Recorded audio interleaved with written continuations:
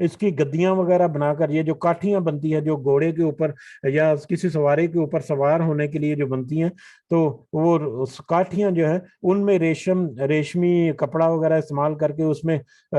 مطلب اون اور دوسری نرم چیزیں رکھ کر اس کو نہایت ہی آرام دہ قسم کا بنایا جاتا تھا. تو یہ اس سے منع کیا گیا، اور اسی اعتبار سے گھروں کے اندر اس طرح کے جو مطلب زیبائش و آرائش ہے جو نہایت ہی قیمتی ہے، جس کے اوپر بہت سارا پیسہ بھی لوگ خرچ کر دیتے ہیں، اور بہت زیادہ نمود و نمائش بھی ہوتی ہے، اس کو بھی منع کیا گیا. قصی جو ہے، قصی بھی کپڑے کی ایک قسم ہے جو کہ ریشم اور کاٹن جو ہے، ریشم اور کاٹن کو ملا کر جو کپڑا بنایا جاتا ہے اس کو قصی کہتے ہیں. قصی کے کپڑے پہننے سے یعنی یہ بھی مردوں کے لیے منع کیا گیا. ریشم جو ہے اور استبرق، دباج اور حریر جو ہے، یہ بھی تینوں ریشمی کپڑے کی قسمیں ہیں. تو ان ساری چیزوں سے بھی نبی کریم صلی اللہ علیہ وسلم نے ہم نے منع کیا. اسی حدیث میں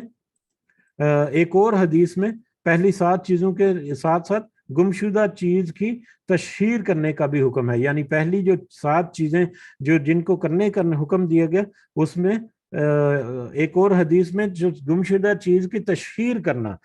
کوئی چیز کہیں پر ملی ہے، کوئی پیسہ یا کسی کو گرا ہوا کوئی والٹ ملا ہے یا کوئی چیز کسی کو کہیں پر ملی ہے، تو اس چیز کو اس کے مالک تک پہنچانے کے لیے اس کی تشہیر کرنا، اس کو مختلف طریقے سے اس کا اعلان کرنا، مساجد میں اعلان کرانا، یا آج کل سوشل میڈیا کے پلیٹ فارم پر ہے، یا کسی بھی طریقے سے اس کی تشہیر کر کے، اس کو اناؤنس کر کے، اس کو اعلان کر کے مختلف طریقوں سے اس کے مالک تک پہنچنے کی کوشش کرنا. اس کے کیونکہ یہ بھی اگر کوئی گری پڑی چیز کو ملی ہے تو یہ بھی امانت ہے آپ کے پاس اس کے مالک کی، تو ضرور کوشش کریں کہ اس تک پہنچایا جائے. تو یہ بھی نبی کریم صلی اللہ علیہ وسلم کا حکم ہے کہ اس کی تشہیر کر کے اس کے مالک جو ہے اس کو پتہ چلایا جائے اور اس تک پہنچایا جائے اسے.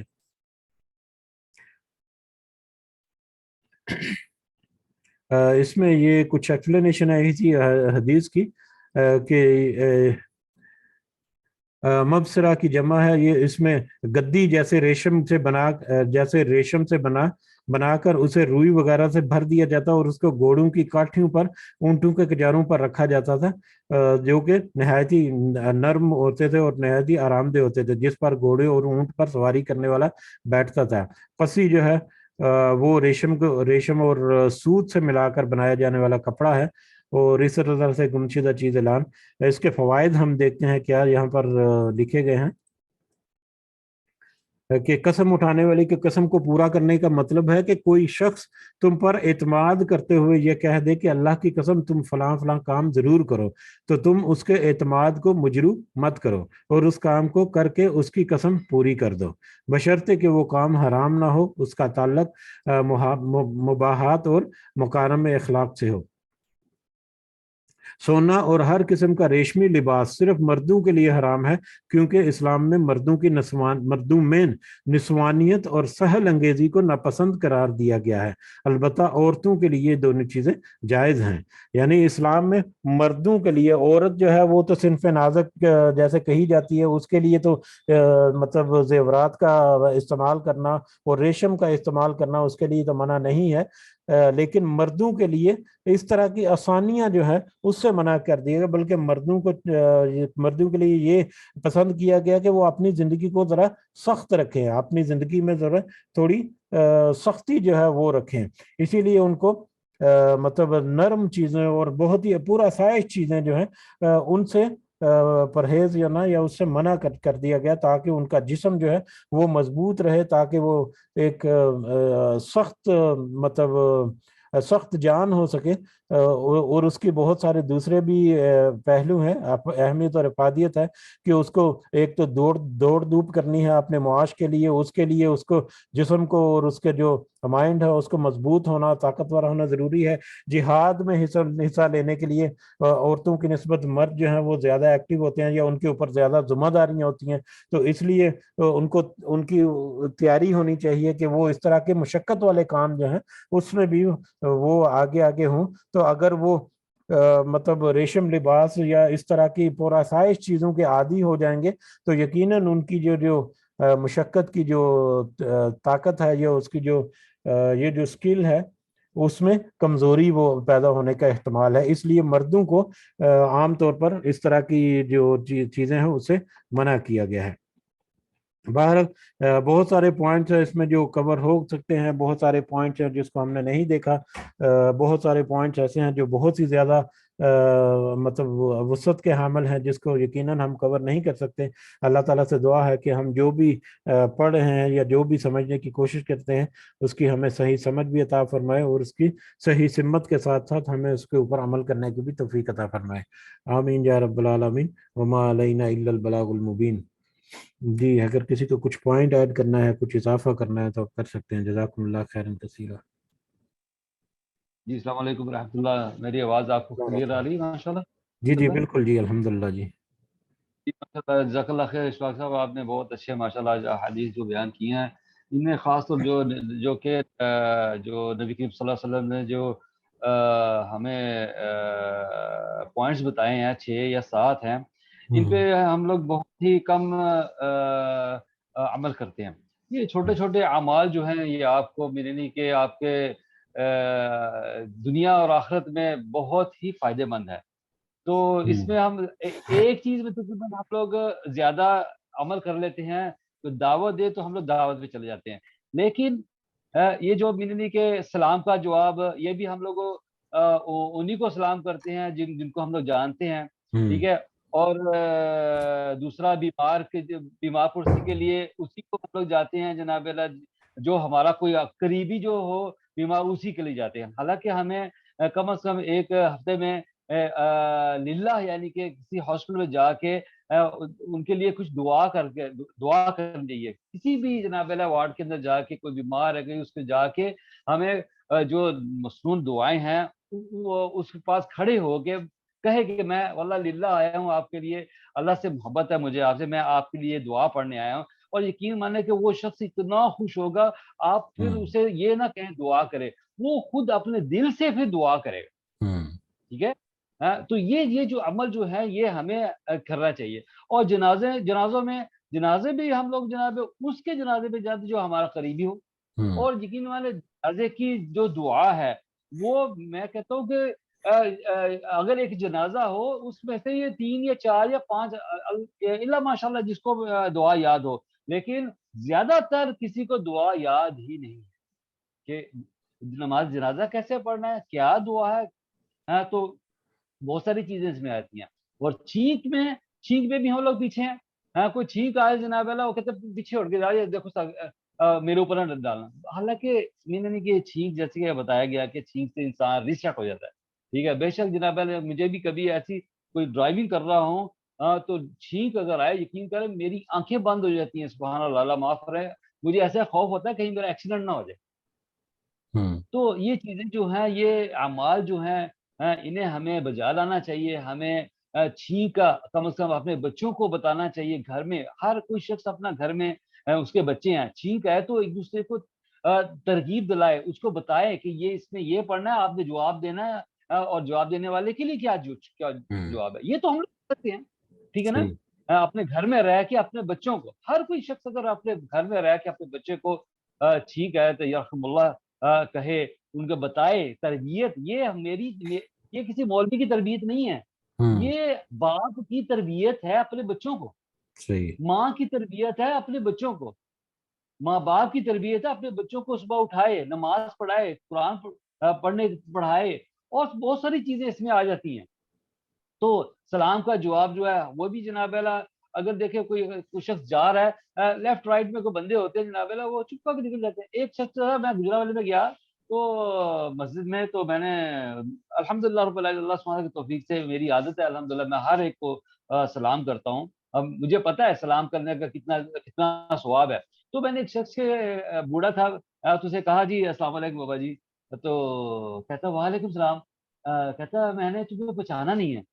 میں نے بولا ایسا پہچاننے کی ضرورت نہیں ہے، تو مسلمان پر یہ کہ ہمیں سلام کرنا چاہیے نا۔ تو بڑا امپریس ہوا کہ یار یہ دیکھو یہ شخص میں نے سلام کے حالانکہ جانتا نہیں، تو ہمیں آپ صلی اللہ علیہ وسلم نے فرمایا جس کو جانتے ہو جس کو نہیں جانتے اس کو بھی سلام۔ تو سلام کرنے میں آپ صلی اللہ علیہ وسلم جو بیٹھے ہوتے ہیں، ایک شخص آیا اس نے کہا السلام علیکم، واسطے نے کہا 10، دوسرا آیا السلام علیکم ورحمۃ اللہ، اور آپ صلی اللہ علیہ وسلم نے کہا 20، ایسے تیسرا ہے اس میں پورا سلام کا، تو آپ نے کہا 30. صحابہ نے پوچھا یا رسول اللہ یہ 10-20 کا کیا چکر ہے؟ آپ نے فرمایا کہ جس نے پہلے کیا السلام علیکم ورحمۃ اللہ یعنی کہ آخر میں یعنی کہ 30 نیکیاں بنی. تو اگر آپ کو 30 نیکیاں جناب والا ہر شخص سے ملنی اسٹارٹ ہو جائیں، حالانکہ اللہ سبحانہ وتعالیٰ نے قرآن میں بھی فرمایا کہ یہ تحفہ ہے آپ کے لیے، یہ سلام کرنے کا یہ تحفہ ہے آپ کو. تو ایک دوسرے کو تحفہ دو. اگر کوئی اگر السلام علیکم ہے تو اس کو اچھے طریقے سے لوٹاؤ، اس کو بہتر طریقے سے لوٹاؤ. اگر کوئی کہے السلام علیکم ورحمۃ اللہ، اس کو بولو وعلیکم السلام ورحمۃ اللہ وبرکاتہ. احسن طریقے سے اس کو لوٹاؤ سلام. ہم جناب اللہ یہ اس میں بھی ہم لوگ پیچھے ہیں، بہت ساری چیزوں میں. اللہ معاف کرے ہم لوگ سنت کے حساب سے بھی بہت پیچھے ہیں، عمل کے حساب سے بھی بہت پیچھے ہیں. اللہ ماشاء اللہ جس کو اللہ تعالیٰ توفیق دے دے، اللہ تعالیٰ ہمیں توفیق عطا فرمائے کہ دے. یہ چھوٹے چھوٹے نیک اعمال، یہ چھوٹے چھوٹے نیک اعمال نہیں ہے، یہ چھوٹا سا بھی نیک اعمال جناب اس کو بھی بندہ حقیر نہ سمجھے. یہ شاید یہ قیامت والے دن آپ کے نجات کا حصہ بن جائے. تو بس ایک چھوٹا سا میرا یہ بھی تھا. اور ماشاءاللہ کل جمعہ بھی ہے، تو جمعے والے دن کے اعمال جو ہیں سو کہف پڑھنا، نبی صلی اللہ علیہ وسلم پر درود شریف پڑھنا اور جناب اللہ، اور پہلے وقت میں مساجد میں جانا، اور یہ چیزوں کا اہتمام کرنا چاہیے. اللہ سبحانہ ہمیں اور آپ سب کو توفیق عطا فرمائے. اللہ عالم بالصواب. جزاک اللہ خیر، بارک اللہ فیکم. السلام علیکم ورحمۃ اللہ وبرکاتہ. وعلیکم السلام ورحمۃ اللہ. جی جزاک اللہ شفیق صاحب، جزاک اللہ. یقیناً یہ نقطے جو ہے بہت اہم ہیں. دیکھنے میں یہ چھوٹے چھوٹے لگتے ہیں، لیکن ان کی اہمیت اور افادیت جو ہے وہ بہت بڑی ہے اور بہت گہری ہے. اور جیسا کہ ذکر کیا کہ ایک ایک نقطہ جو ہے یا ایک ایک جو لفظ ہے اس کے اوپر جب ہم تحقیق کریں گے تو یقیناً ہم بہت ساری پہلوؤں کو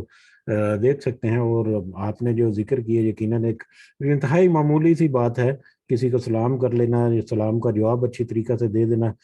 نیکیاں اکٹھے کرنے کا ایک بہانہ ہے. اس طرح سے چھوٹے چھوٹے معاملات جو آپس میں ہم ایک دوسرے کے ساتھ اچھا بول کر، کسی کو مسکرا کر ہم صدقہ دے سکتے ہیں، کسی کی مدد کر کے ہم کے مطلب ہمارا کچھ بھی نہیں جاتا، لیکن ہماری مدد کرنے سے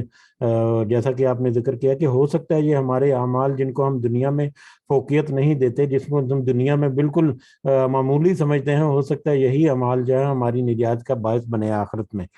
تو یقیناً ہمیں یہ چھوٹے چھوٹے اعمال جو ہیں جہاں تک ہماری ہمت اور استطاعت ہے ان کو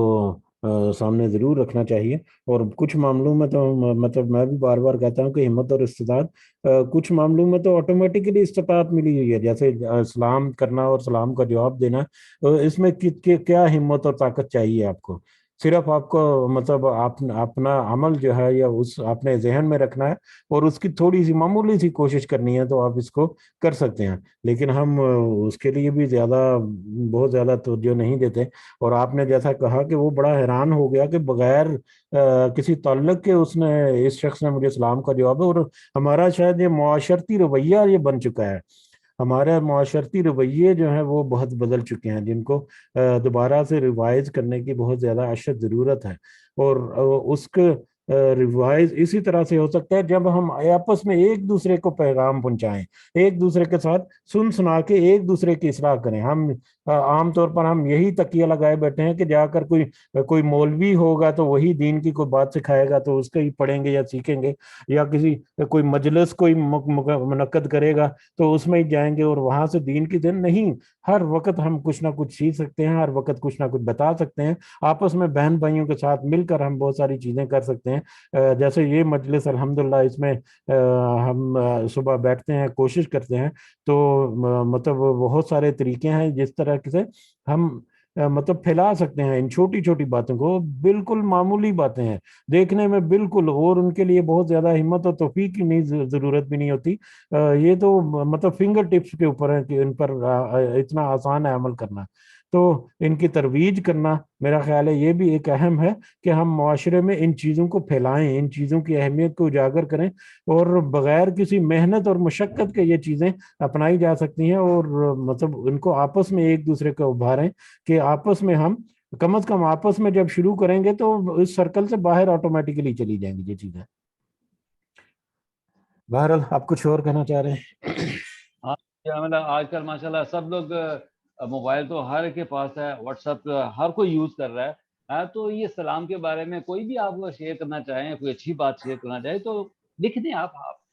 ہاتھوں سے لکھ دیں، من یعمل مثقال ذرۃ خیرا یرہ ومن یعمل مثقال ذرۃ شرا یرہ. تو یہ دیکھو ذرے ذرے کا برابر بھی اللہ سبحانہ آپ کو آپ کے نیکی دکھا دے گا. تو کم کم السلام علیکم ورحمۃ اللہ لکھ کے پھر آپ مجھے جو بھی شیئر کرنا ہے اس کو شیئر کر دیں. ٹھیک ہے، تو اگلا والا شخص جو بتایا ہے وہ بھی وعلیکم السلام کم از کم. آج کل اسٹیکرس ہیں، تو اسٹیکر ایک خالی انگلی لگانے سے کیا پرابلم ہے کسی کو؟ تو یہ کیا ہوتا ہے کہ ایک دوسرے سے انسان کنیکٹ رہتا ہے. السلام علیکم، صبح صبح السلام علیکم رہتے ہیں، بہت ساری چیزیں آتی ہیں. تو یہ دنیا ایک کمائی کا گھر ہے، جو جتنا کما لے گا اس کے لیے آخر میں بہتر الحمد للہ رب العالمین. بہرحال ان شاء اللہ کلاس لمبی ہو گئی ہے، تو میں معذرت چاہتا ہوں کہ میں بیچ میں بولا ہوں. تو نہیں بس نہیں، ٹھیک ہے، معذرت جزاک ہے، ماشاء اللہ آپ نے ظاہر ہے اضافہ کیا. اور بھائی میرے جی، کچھ میرے سننے والے ہیں، ان کو کام بھی ہوگا، بچے بھی اسکول جانا ہے، یہ میں نے کہ وہ پھر انگیج رہتے ہیں. ٹھیک ہے نا، تو جزاک اللہ یہ صحیح ہے، بات ہے. ٹھیک باقی ہے، دوسروں ٹھیک ہے، کا بس خیال. جزاک اللہ خیر. میں صرف ایک پوائنٹ اس میں اضافہ کرنا چاہوں گا، مختصر سا بالکل، کہ آج کل کے سوشل میڈیا کے دور میں ہمیں تھوڑا سا کیئرفل بھی رہنا ہے. بہت ساری حدیثیں، بہت ساری آیتیں، ان کے بہت سارے مطلب چیزیں ایسی آتی ہیں، تو ان کی اتھینٹسٹی کو جو وہ زیادہ ضروری ہے ہمارے ساتھ سمجھ. اس لیے یہ ایک سینسیٹیو ایشو ہے جو آپ نے ایشو مطلب کیا نا، کہ کچھ آیتیں اور حدیثیں جو ہیں وہ تو عام ہیں، لیکن اکثر ایسا ہوتا ہے کہ کوئی بے سروپا باتیں ایسی ہوتی ہیں جو خام خواہ سے ہی مطلب جن کا دین سے کئی دفعہ تعلق ہی نہیں ہوتا، یا بدعت کے زمرے میں. میرا خیال ہے سمجھ رہے ہوں گے گا. تو سوشل میڈیا میں جو آپ کے ساتھ آتی ہیں، ظاہری طور پر یقیناً ہم نیکی کی غرض سے اس کو فارورڈ کرتے ہیں یا ان کو پھیلاتے ہیں، لیکن ان کی اتھینٹسٹی جو ہے نا وہ تھوڑی سی ہمیں ضرور ذہن میں رکھنی چاہیے. اور جس میں کہیں شک ہو یا جس میں آپ کو یقین ہے کہ لگتا ہے کہ یہ چیز جو ہے وہ اتھینٹک نہیں ہے، یا یہ بات جو ہے یہ اتھینٹک نہیں ہے، خاص کر احادیث اور آیات کے حوالے سے، تو اس کے ہمیں ضرور اجتناب کرنا چاہیے. اگر آپ کو اتنی اچھی کوئی چیز لگتی ہے تو اس کا حوالہ اگر آپ کو نہیں دیا گیا تو آپ خود اس کو ڈھونڈنے کی کوشش کر سکتے ہیں. سوشل میڈیا اور انٹرنیٹ کے دور میں آسانی سے اس کے حوالے جو ہیں وہ بھی مل جاتے ہیں. تو اگر آپ کو مطلب یقین آ جائے کہ ہاں یہ جو پیغام ہے یا یہ حدیث ہے یا یہ جو آیت ہے جو آگے فارورڈ کی جا رہی ہے یہ بڑی اتھینٹک ہے اور اس کی ایکسپلینیشن جو ہے وہ بھی اتھینٹک ہے، تو پھر ضرور کرنی چاہیے. ادروائز اس میں تھوڑی سی احتیاط جو ہے وہ ہمیں ضرور کرنی چاہیے. تو اسی کے ساتھ پھر ہم جی. بے شک اس میں بہت ضروری احتیاط ہے. الحمدللہ رب العالمین نیٹ پہ ہر چیز، ہر حدیث نمبر وغیرہ ہر چیز مل جاتی ہے. تو کوئی بھی اگر آپ کی طرف کوئی ایسی آئے، پہلے اس کی تحقیق کر لیں. تحقیق کرنے کے بعد اگر وہ چیز نہیں ہے تو اس شخص کی مدد کریں کہ یہ بھائی یہ چیز نہیں ہے، یہ آپ آگے شیئر نہ کریں. ٹھیک ہے، تو بالکل. یہ نہ کو دیکھ کے سن کے بس خاموش رہے تو وہ شخص دوسرا کہے گا ہاں بھائی ٹھیک ہی ہوگی. ٹھیک ہے، ہاں، وہ لیکن نہیں، بس وہ آپ اس کو فارورڈ ڈھونڈ کرتا کریں، جا رہا ہے، اس کو بھیجنے والا ہاں فارورڈ کرتا جا رہا ہے، اور علم ہے. آپ کو پتا چل گیا، آپ نے سمجھ لیا اور آپ نے روک دیا، ہاں، لیکن جو بھیجنے جس والا ہے کو اس کو علم بھی ہے روکنا. یہ چیز کیا، وہ پھر بتائے دوسرے کو، وہ صحیح پھر بتائے اسی حدیث کو، اسی لے کے اس کی کاپی کر کے اس کے اوپر لکھ دے کہ یہ حدیث ضعیف ہے، یہ نمبر کی حدیث جو ہے یہ حدیث میں نہیں ہے، اسی حدیث کے اوپر لکھ دے. صحیح ہے. تو یہ جو پھر وہ یہ جو چیز آگے جب چلی جائے گی تو وہ لوگ دیکھیں گے کہ یہ یار یہ حدیث نہیں ہے، یہ کیوں میں فارورڈ کروں. ٹھیک ہے، یہ بھی ایک ہمیں ہونی چاہیے چیز. صحیح ہے. ٹھیک ہے، جزاک اللہ خیر.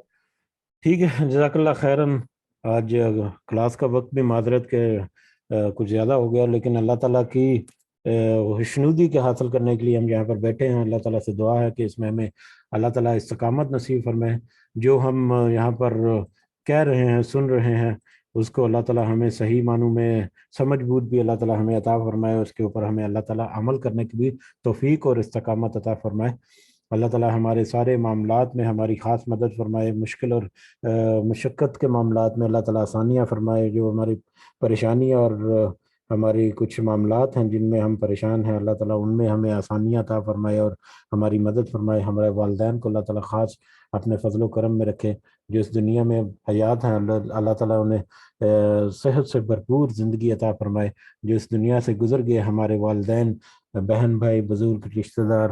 عزیز و اقرب سارے مومنین اور مومنات اللہ تعالیٰ سب کو اپنے خاص فضل و کرم سے جنت الفردوس میں اعلیٰ مقام عطا فرمائے. اللہ تعالیٰ ہمیں اپنے والدین کے لیے صدقہ جاریہ بننے کی توفیق اور ہمت عطا فرمائے، اور ہمیں ہماری اولاد کو اللہ تعالیٰ اس قابل کرے کہ وہ ہمارے لیے صدقہ جاریہ بنے. وما علینا الا البلاغ المبین. ربنا تقبل منا انک انت السمیع العلیم وتب علینا انک انت التواب الرحیم. سبحان ربک رب العزۃ عما یصفون وسلام علی المرسلین والحمد للہ رب العالمین. سبحانک اللہم وبحمدک اشہد ان لا الہ الا انت استغفرک واتوب الیک. جزاکم اللہ خیرا. السلام علیکم ورحمۃ اللہ وبرکاتہ. وعلیکم السلام ورحمۃ اللہ وبرکاتہ.